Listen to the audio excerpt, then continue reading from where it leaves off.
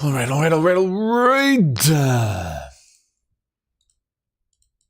everything looks good. All my settings, everything looks good.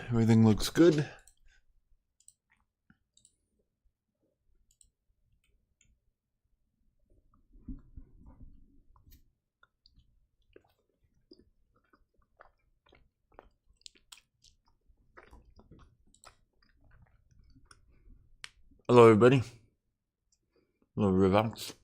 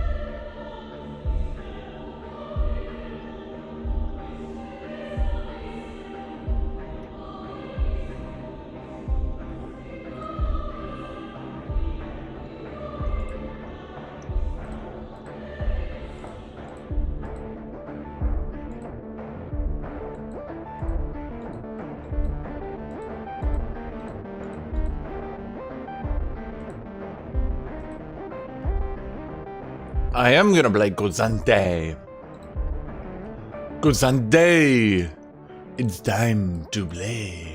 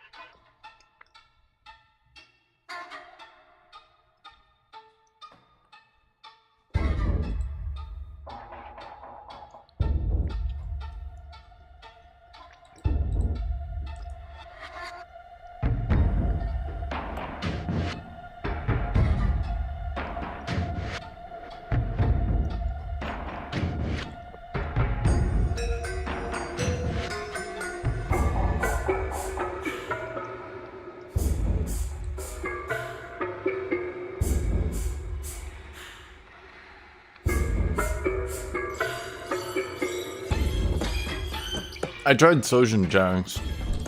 Not Olaf, though. I've been kind of stuck on KSANTE. Sorry to say, my dudes. I might be slipping away to a one trick.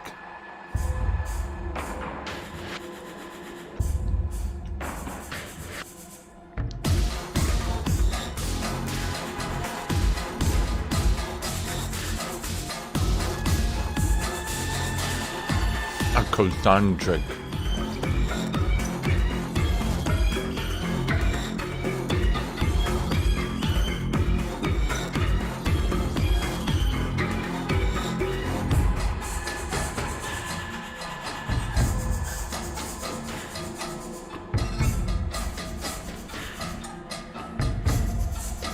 So I'm just eating my breakfast here, which is a microwave burrito. Just give me a second.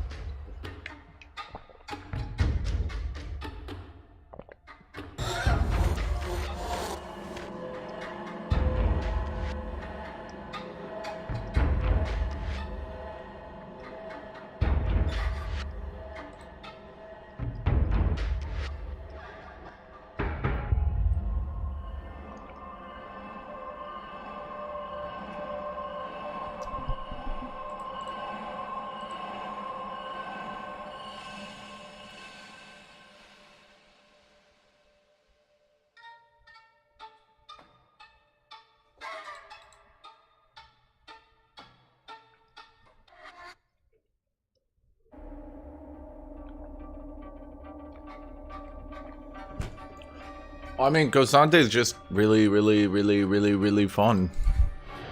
I don't know what to say, my dudes. No, we'll go.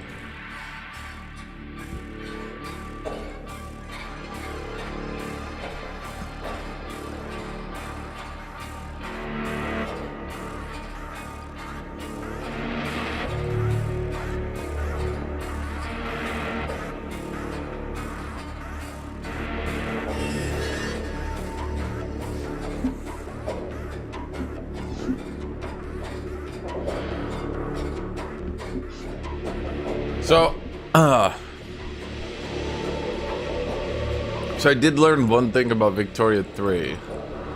I learned that its promotion and demotion system don't really work.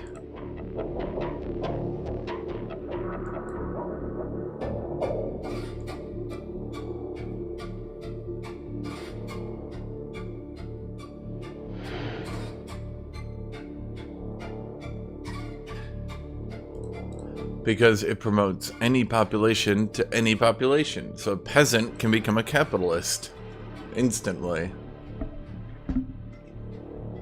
Okay, we're gonna go double armor and conditioning into Riven. I don't think you can really beat Riven early game. I don't think it's possible. Like, I've tried, but like Q, Q, Q, and you're dead.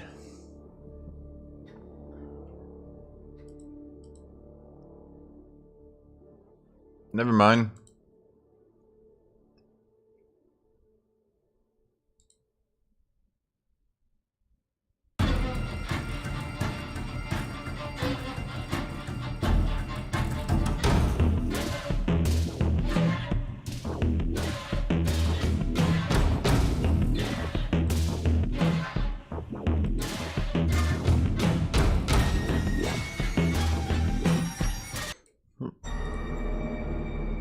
Why am I not using his skins? I try to swap around what I'm doing, like, cause he's got 3 skins, and yeah, so I just swap them all around.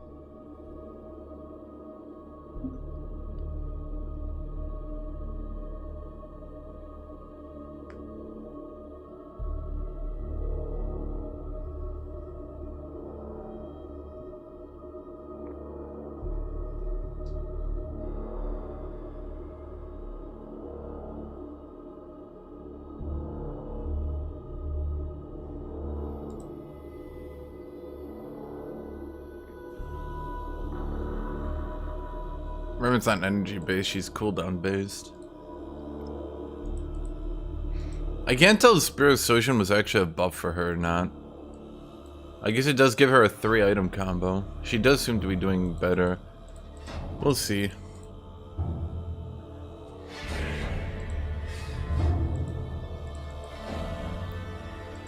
Camille seems to have become giga broken, to the shock of, well, nobody.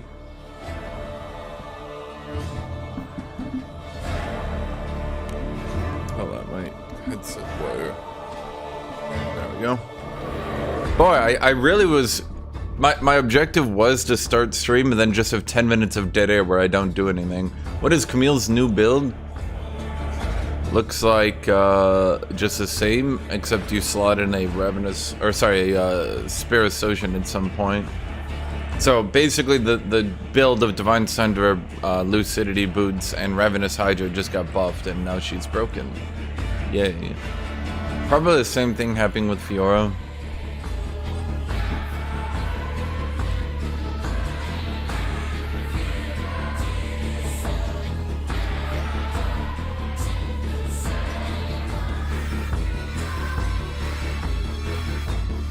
When is Darktide releasing fully? Because they have some levels I want to play that aren't actually, like, playable yet. Kitty. Kitty. Kitty. Kitty.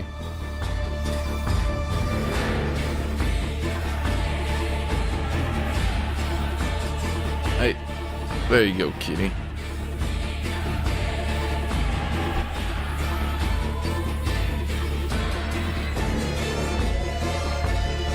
I was playing Darktide with a squad yesterday, but I crashed a lot.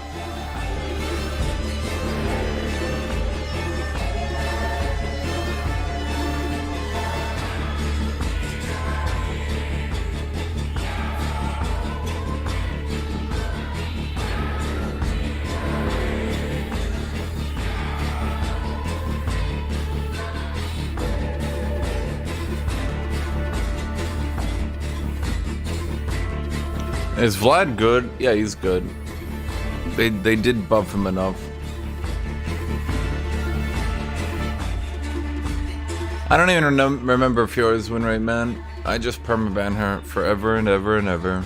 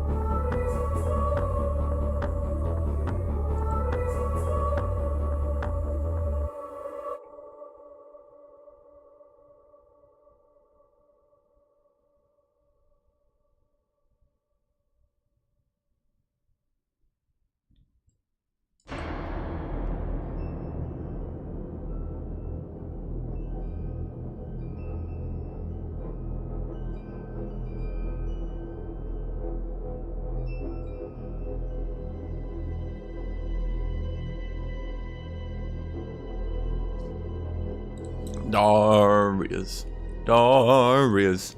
Should I go second wind into Darius, or do we keep the conditioning course?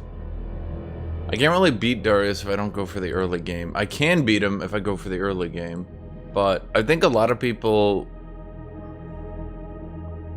I don't know. I feel like conditioning Demolish has actually gotten more popular, and playing for the early game has gotten less popular. Probably because a lot of people have learned his trick of knocking you into the turret and avoid it.